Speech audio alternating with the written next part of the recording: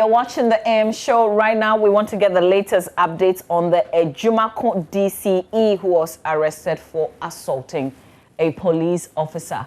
My colleague Ransford Nyarko is our Central Regional correspondent. He first told us this story. He joins us via Zoom for more. Richard.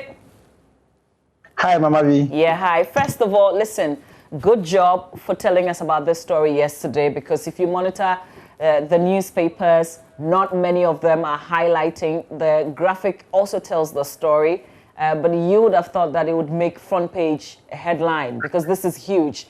But yesterday, the police also narrated exactly what had happened. Later on, there was an arrest and there was a bail. Share how it all unfolded. Well, so there was a complainant in the Ajumako-Enyan-Essiam community, and so the complaint was made to the Ajumako police, Essiam police. So the victim here, or the complainant, was issued with a medical form, went to the hospital, and then the form was endorsed. Came back, and the police decided to effect the arrest of the suspect in this case. So in the police station, there was someone on a motorbike who came to the police station and then handed the phone to the policeman who was in charge at the police station at that time. And then he got on the phone and spoke with the person. The person on the other side, we are told, is the Ajumako-Enyan-Essiam constituency chair of the MPP. And then, according to the police that man decided to hurl insults at him. And so he got irritated and decided not to speak with the man again.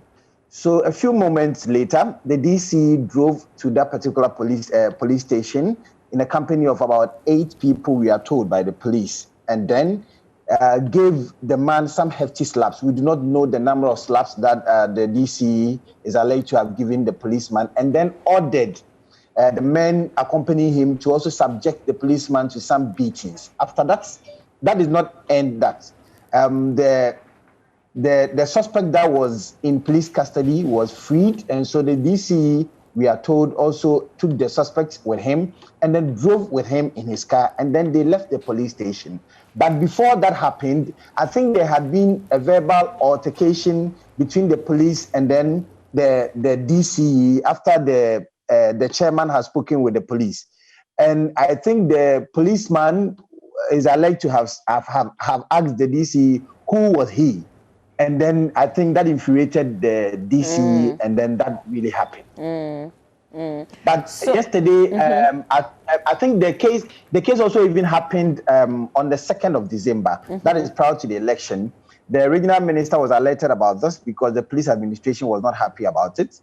The regional minister, I'm told, was very furious at the behavior of the DCE and said that the DCE did not show leadership in whatever had happened because he had no business driving from his residence or the office to the police station to do, even if it is found out that he did not even give the policeman some slaps. He went in the company of some people who did the job for him.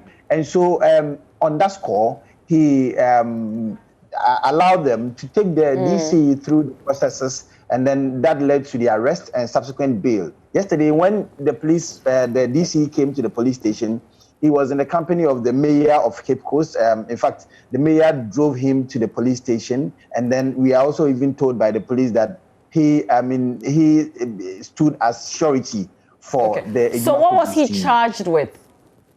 Yeah, he was charged with assault preliminary, but the other charges we are yet to know. In fact, he is still on police inquiry bail. He is still undergoing investigation. But what we do know is that the policeman in question has been transferred by the police administration from that particular district because the man is still the DC of that area and he is the chairman of the District Security Council. If he is allowed to still work under that district, they do not know what would happen. And so the man has been transferred to an unknown district, a district that we would not want the general public to know, so that the policeman could and then do his work. Okay, Richard, hold on. So if he was assaulted, was he asked to go to the hospital? Was he treated apart from him being transferred? Yes, the policeman went to the hospital. In fact, when I saw him, he was in bandage. The waist was in bandage, the chest was in bandage, and then the head was in bandage. And we are also told that the medical report, according to the medical officer, in fact, he got lucky. Otherwise, the spine would have been affected. So that tells you the nature of the aggravation or the nature of the assault that was on the police officer. Okay.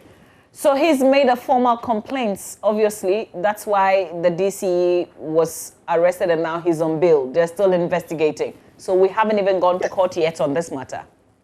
So the policeman from there did not make the complaint at the Ajumako district, went to the divisional, the Mankesim Divisional Police Command, and then made the complaint. And subsequently, the case was transferred to the regional police headquarters. Thereon, the suspect in this case, that is the DCE, got arrested. He came, he wrote his statement and is under caution and has since been granted bail. So what kind of administrative actions, if any, have been taken against this DCE? Is he still at post? Yeah, he's still at post. Yesterday, the last interaction we had with the regional minister, he indicated that, well, he has personally rebuked him and would not know whether the letter has been written formally by the regional minister to the office of the chief of staff, the president, and then the appointing authorities. But the regional minister indicated that that was going to happen. So we do not know. In fact, the case happened, I think, barely about 2 weeks ago. And so we assume that something like that should happen or should be happening. Well, but at least I guess because of the elections, they could give the excuse that there were other things of national importance that they were concentrating on. But we thank God that this is out now. Is the police giving any assurance that they're not going to give up on this matter because this is one of their own and it's absolutely important that they get justice for their colleague? Well, the police is serious about this. What they say is that the morale of the people, the police personnel in the region, has gone down as a result of this. They say that this is not the first time an incident like that has happened. People do that and they go scot-free. They exhibit some kind of machoism. They boss everything on them. If someone is arrested and the person has some callous and the other things, they just place calls and then these people are left off the hook. But in this case, it wasn't like that. There was an assault and there was a freeing of a suspect in this particular case, and that makes it very, very grave. And so they are not taking it lying down.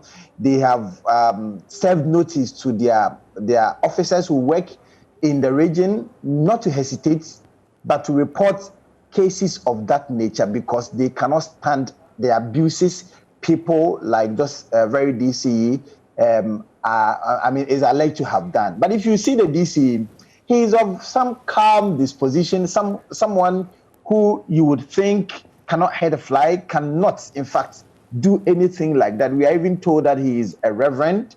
And so it comes as a surprise to many in the region and many who know him to attribute such an incident to him. Well, Richard, listen, we're going to stay with the matter, irrespective of what the person looks like. And I can assure you that we'll put the spotlight on this. So get ready. I will be calling you a lot and we'll be updating our viewers on this matter. It's really, really important that we see to the end of it. So Richard Nyarko, thank you so much for the update this morning.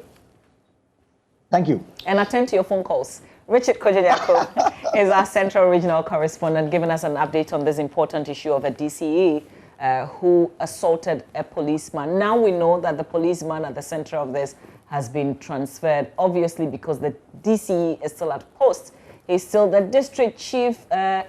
He chairs the security in the district, which means that he will be working closely with him. So it's understandable that he's been transferred, but we're going to be following through on this matter for you. We've got one more thing before we say goodbye on the AM show. It's show business, and Kadi is here.